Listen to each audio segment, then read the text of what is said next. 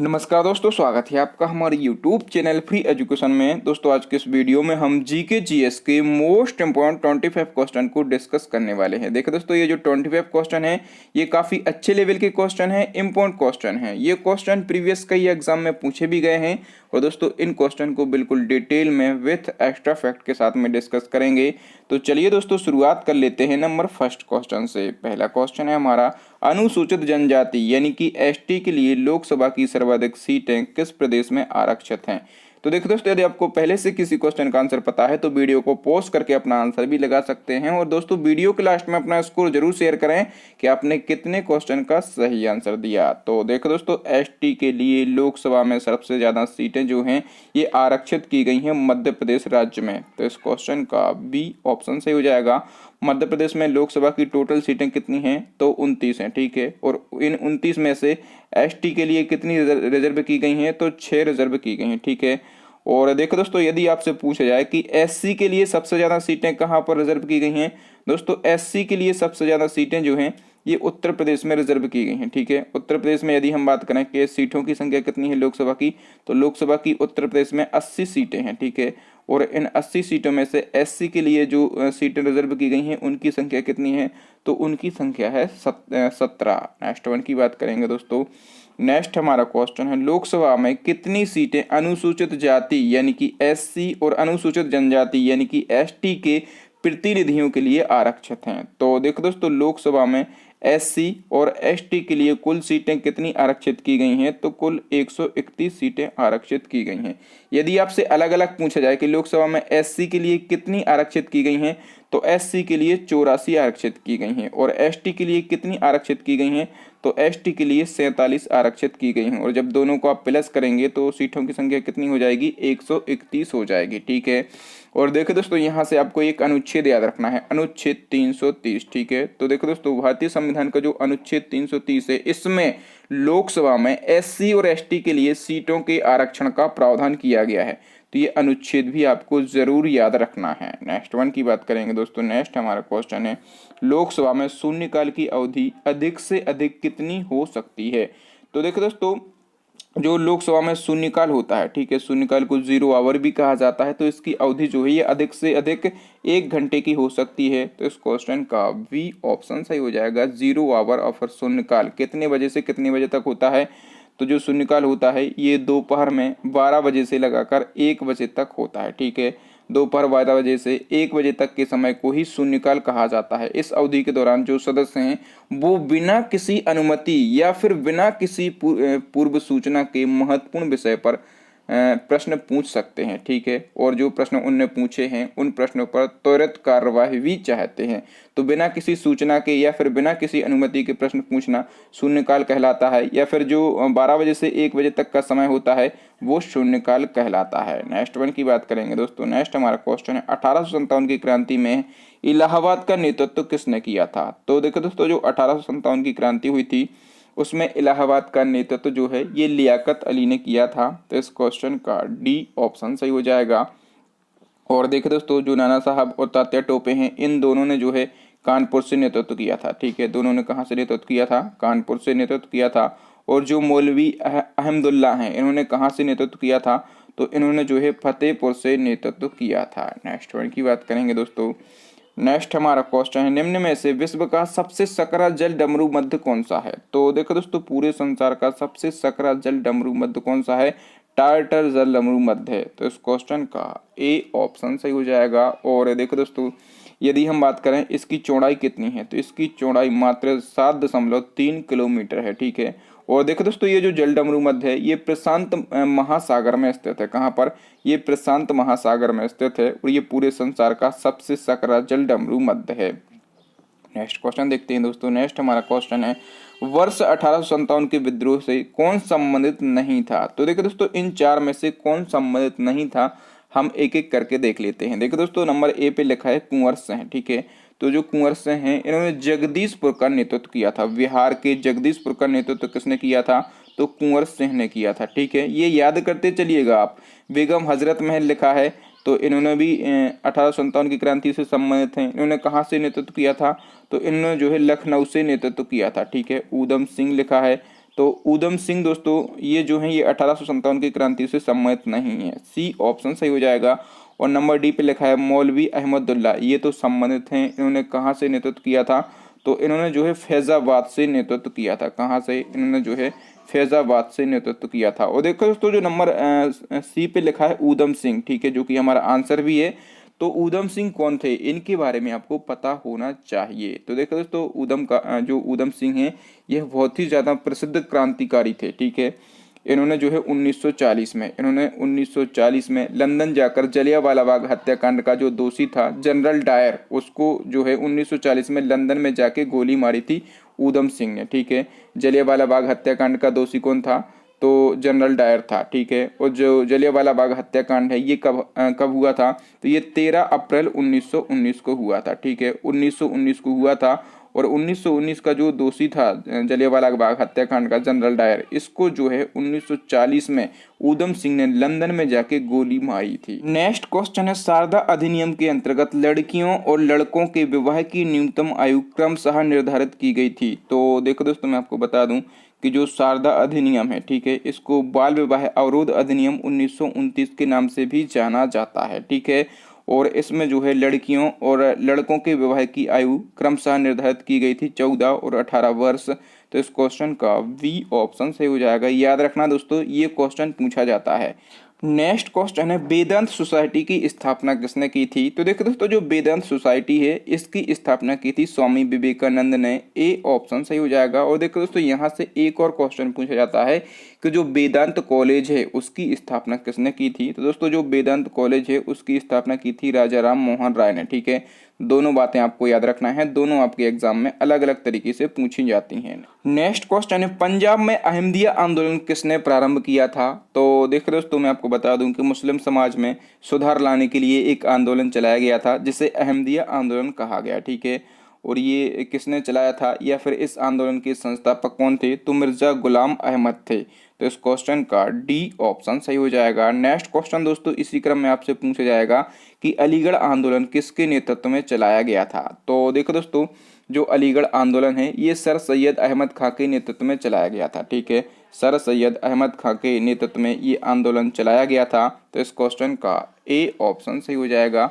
और देखो दोस्तों ये जो आंदोलन है ये मुसलमानों में धार्मिक और शिक्षा में सुधार के उद्देश्य से चलाया गया था। नेक्स्ट क्वेश्चन की बात करेंगे दोस्तों। नेक्स्ट हमारा क्वेश्चन है किस नदी को इटली की गंगा कहा जाता है।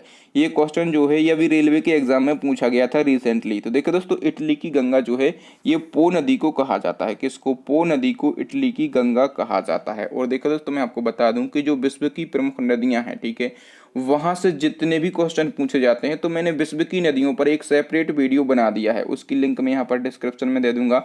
बहुत ही सिलेक्टेड और इम्पोर्टेंट क्वेश्चन मैंने वहां पर इंक्लूड किए हैं। तो देखो दोस्तों जो पो नदी है इसको इटली की गंगा कहा जाता है। और दोस्तों जो पो नदी है ये इटली देश की सबसे बड़ी नदी है, ठीक है, इटली देश की सबसे बड़ी नदी है। नेक्स्ट वन की बात करेंगे दोस्तों। नेक्स्ट हमारा क्वेश्चन है संविधान के किस अनुच्छेद में दिया गया है कि संघ की कार्यपालिका शक्ति राष्ट्रपति में निहित होगी। तो देखो दोस्तों जो संघ की कार्यपालिका शक्ति है ये राष्ट्रपति में निहित होती है, ऐसा जो है भारतीय संविधान के किस अनुच्छेद में वर्णन किया गया है। तो ऐसा अनुच्छेद 53 में वर्णन किया गया है। तो इस क्वेश्चन का वी ऑप्शन सही हो जाएगा। नेक्स्ट क्वेश्चन देखेंगे दोस्तों। नेक्स्ट हमारा क्वेश्चन है ध्वनि तरंगें अपने मार्ग में रुकावट आने पर क्या करती हैं। तो देखो दोस्तों जो ध्वनि तरंगें हैं इनके मार्ग में यदि कोई रुकावट आती है, ठीक है, या फिर ये किसी भी तल से टकराती हैं तो ये क्या हो जाती हैं, ये परावर्तित हो जाती हैं, यानी कि ये तरंगें लौट जाती हैं। तो इस क्वेश्चन का डी ऑप्शन सही हो जाएगा। नेक्स्ट क्वेश्चन है जब ध्वनि तरंगें चलती हैं तो ये अपने साथ में ले जाती हैं। तो देखो दोस्तों जब ध्वनि तरंगें चलती हैं तो ये अपने साथ में ऊर्जा को ले जाती हैं, सी ऑप्शन सही हो जाएगा। ध्वनि तरंगें जो हैं ये अपने साथ में ध्वनि ऊर्जा को ले जाती हैं या फिर ध्वनि ऊर्जा को संचारित करती हैं, ठीक है। और दोस्तों ये जो ऊर्जा होती है ये गतिज ऊर्जा के रूप में होती है, यानी कि ये जो ऊर्जा होती है ये काइनेटिक ऊर्जा के रूप में होती है। नेक्स्ट वन की बात करेंगे दोस्तों। नेक्स्ट हमारा क्वेश्चन है निम्न में से कौन सी भाषा भारतीय संविधान की 8वीं अनुसूची में वर्णित नहीं है। तो देखो दोस्तों ऐसी कौन सी भाषा है इन चार में से जिसका वर्णन जो है ये भारतीय संविधान की 8वीं अनुसूची में नहीं किया गया। तो देखो दोस्तों जो अंग्रेजी भाषा है इसका वर्णन भारतीय संविधान की 8वीं अनुसूची में नहीं किया गया। मैं आपको बता दूं कि जो अंग्रेजी भाषा है ये संघ की सहायक राजभाषा है, ठीक है। अंग्रेजी भाषा जो है ये संघ की सहायक राजभाषा है, और इसके साथ में जो अंग्रेजी है ये मेघालय, ठीक है, मिजोरम और नागालैंड 3 राज्यों की जो है राजभाषा भी है, किंतु 8वीं अनुसूची में अंग्रेजी भाषा शामिल नहीं है। याद रखना, ऐसा कई बार क्वेश्चन पूछा जाता है, या फिर ये भी क्वेश्चन पूछा जाता है कि जो अंग्रेजी भाषा है, ठीक है, ये किस राज्य की राजभाषा है, ठीक है। तो इन 3 राज्यों की राजभाषा क्या है, अंग्रेजी है, लेकिन अंग्रेजी का वर्णन जो है ये भारतीय संविधान की 8वीं अनुसूची में नहीं किया गया। नेक्स्ट क्वेश्चन है, निम्न में से किस शासक ने आगरा में एक चित्रणशाला की स्थापना की थी। तो देखो दोस्तों, आगरा में एक चित्रणशाला की स्थापना किसने की थी, तो जहांगीर ने की थी, ठीक है। और किसके नेतृत्व में की थी, तो आगा रजा के नेतृत्व में की थी, ठीक है। और देखो दोस्तों, यहाँ से एक और क्वेश्चन पूछा जाता है कि किसके समय को या फिर किसके शासनकाल को चित्रकला का स्वर्ण युग कहा जाता है। तो देखो दोस्तों, जो जहांगीर है इसके शासनकाल को चित्रकला का स्वर्ण युग कहा जाता है। नेक्स्ट क्वेश्चन है, हल्दी घाटी का युद्ध 18 जून 1576 को मेवाड़ के शासक महाराणा प्रताप और अकबर के बीच में हुआ था। इस युद्ध के दौरान अकबर का सेनापति कौन था। तो देखो दोस्तों, हम क्वेश्चन का आंसर बताएंगे। सबसे पहले क्वेश्चन से ही हमें आंसर निकालना सीखना है। तो देखो दोस्तों, हल्दी घाटी का युद्ध कब हुआ था, तो 18 जून 1576 को हुआ था। किस किस के बीच में हुआ था, तो मेवाड़ के शासक महाराणा प्रताप और अकबर के बीच में ये युद्ध हुआ था, ठीक है। और इस युद्ध में अकबर का सेनापति कौन था, तो मानसिंह जो है ये इस युद्ध में अकबर का सेनापति था। नेक्स्ट क्वेश्चन है, प्रसिद्ध विद्वान चाणक्य द्वारा लिखित पुस्तक अर्थशास्त्र का संबंध किससे था। तो देखो दोस्तों, मैं आपको बता दूं कि चाणक्य द्वारा अर्थशास्त्र नामक एक महत्वपूर्ण पुस्तक लिखी गई थी, ठीक है। और इस पुस्तक का संबंध जो है ये शासन के सिद्धांत और राजनीति से था। तो इस क्वेश्चन का बी ऑप्शन सही हो जाएगा। पुस्तक का नाम था अर्थशास्त्र, लेकिन इसका संबंध जो है अर्थव्यवस्था से नहीं था। यहाँ पर स्टूडेंट कंफ्यूज हो जाते हैं। अर्थशास्त्र पुस्तक जो है इसका संबंध जो है शासन के सिद्धांत और राजनीति से था, ठीक है। और दोस्तों, ये जो अर्थशास्त्र नामक पुस्तक है ये 15 खंडों में लिखी गई है। इस पुस्तक में मौर्यकालीन इतिहास की जानकारी भी मिलती है। और दोस्तों, जो चाणक्य हैं इनको विष्णुगुप्त के नाम से भी जाना जाता है। नेक्स्ट क्वेश्चन है, निम्नलिखित में से गलत कथन का चयन कीजिए। तो दोस्तों, एक एक करके हम सभी फैक्टों को देख लेते हैं। नंबर ए पे लिखा है, मुगल वंश में जहांगीर की शासनकाल को चित्रकला का स्वर्ण युग कहा जाता है। तो दोस्तों, ये फैक्ट बिल्कुल सही लिखा है। जो जहांगीर का शासनकाल है इसको चित्रकला का स्वर्ण युग कहा जाता है। और दोस्तों, जो फैक्ट सही है उसको आप अपने माइंड में स्टोर करते चलिएगा, क्योंकि यहाँ से भी क्वेश्चन बनते हैं, ठीक है। नंबर बी पे लिखा है, आगरा में मोती मस्जिद का निर्माण शाहजहां ने करवाया था। ये फैक्ट भी बिल्कुल सही लिखा है। नंबर सी पे लिखा है, औरंगजेब ने सिखों के 9वें गुरु तेग बहादुर की हत्या करवाई थी, ठीक है। ये फैक्ट भी बिल्कुल सही लिखा है। औरंगजेब ने जो है 9वें गुरु तेग बहादुर की हत्या करवाई थी, ठीक है। और दोस्तों, नंबर डी पे लिखा है, फ्रैंकोइस वर्नियर अकबर का चिकित्सक था। दोस्तों, ये फैक्ट जो है बिल्कुल गलत लिखा है और गलत कथन का ही हमें चयन करना था, ठीक है। डी ऑप्शन सही हो जाएगा। ये गलत कथन जो है गलत क्यों है, क्योंकि दोस्तों ये जो फ्रैंकोइस वर्नियर है ये अकबर का चिकित्सक नहीं था। ये किसका चिकित्सक था, तो दोस्तों ये जो है ये औरंगजेब का चिकित्सक था। किसका, ये औरंगजेब का चिकित्सक था। नेक्स्ट क्वेश्चन है, निम्न में से कौन सी सिंधु नदी की सहायक नदी है। तो देखिए दोस्तों, सिंधु नदी की सहायक नदियों की हम बात करें तो झेलम, रावी, चुनाव, व्यास, सतलुज, ये सभी नदियां, ठीक है, ये सभी नदियां जो हैं ये सिंधु नदी की सहायक नदियां हैं। याद रखेंगे, झेलम, रावी, चुनाव, व्यास और सतलुज ये सभी सिंधु नदी की सहायक नदियां हैं। नेक्स्ट क्वेश्चन है, हुमायूं द्वारा लड़े गए युद्धों का सही क्रम क्या है। दोस्तों, हुमायूं द्वारा जो युद्ध लड़े गए हैं इसका क्रम हमेशा पूछा जाता है। तो इसको याद रखने के लिए आपको एक छोटी सी ट्रिक याद रखनी होगी, ठीक है। ट्रिक क्या है, ट्रिक है दे 24। आपने किसी को 24 रुपये उधार दिए थे और आप उससे 24 रुपये वापस मांग रहे हैं, ठीक है। यदि हम इसका वर्णन करेंगे ट्रिक का, तो हुमायूं द्वारा लड़े गए युद्धों का क्रम हमें पता चल जाएगा, ठीक है। सबसे पहले दे से क्या बन जाएगा, देवरा का युद्ध बन जाएगा, ठीक है। चा से हमारा क्या बन जाएगा, चौसा का युद्ध बन जाएगा। बी से हमारा क्या बन जाएगा, बिलग्राम का युद्ध बन जाएगा। और सा से हमारा क्या बन जाएगा, तो सरहिंद का युद्ध बन जाएगा। तो इस प्रकार से हुमायूं द्वारा लड़े गए युद्धों का क्रम है, ठीक है। क्रम यदि हम बात करें देवरा के युद्ध की, ठीक है, ये कब लड़ा था, तो ये हुआ था 1531 में, ठीक है। ये 1531 में हुआ था, ठीक है। और जो चौसा का युद्ध है ये कब हुआ था, तो ये 1539 में हुआ था। और जो बिलग्राम का युद्ध है ये कब हुआ था, तो ये 1540 में हुआ था। और जो सरहिंद का युद्ध है ये कब हुआ था, तो ये 1555 में हुआ था। ये पूरा क्रम है।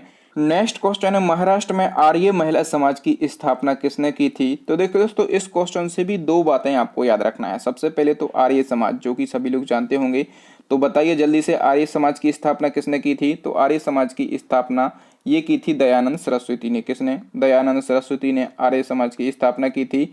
और कब की थी? तो 1875 में की थी। ठीक है। और दोस्तों महाराष्ट्र में आर्य महिला समाज, इसकी स्थापना की थी पंडित रमाबाई ने। सी ऑप्शन सही हो जाएगा। और आर्य महिला समाज, इसकी स्थापना पंडित रमाबाई ने कब की थी? तो 1881 में की थी। दोस्तों ये जो कुछ कंफ्यूजन वाले क्वेश्चन होते हैं इनको आप जरूर याद रखिएगा, क्योंकि यहाँ पर हम थोड़े से ही कंफ्यूज हो जाते हैं। हम देखते हैं अरे आर्य लिखा है, समाज लिखा है, तो हम दयानंद सरस्वती पर क्लिक कर देते हैं, लेकिन आर्य महिला समाज लिखा है, ध्यान रखिए। नेक्स्ट वन की बात करेंगे दोस्तों। नेक्स्ट हमारा क्वेश्चन है, भारत के नियंत्रक एवं महालेखा परीक्षक यानी कि CAG का कार्यकाल कितने वर्षों का होता है? दोस्तों जो CAG हैं इनका कार्यकाल होता है 6 वर्षों का। सी ऑप्शन सही हो जाएगा। 6 वर्ष या फिर 65 वर्ष। ठीक है, 6 वर्ष या फिर 65 वर्ष, जो भी पहले हो ये इनका कार्यकाल होता है। ठीक है। और जो CAG कैग हैं इनकी नियुक्ति का प्रावधान जो है अनुच्छेद 148 में किया गया है।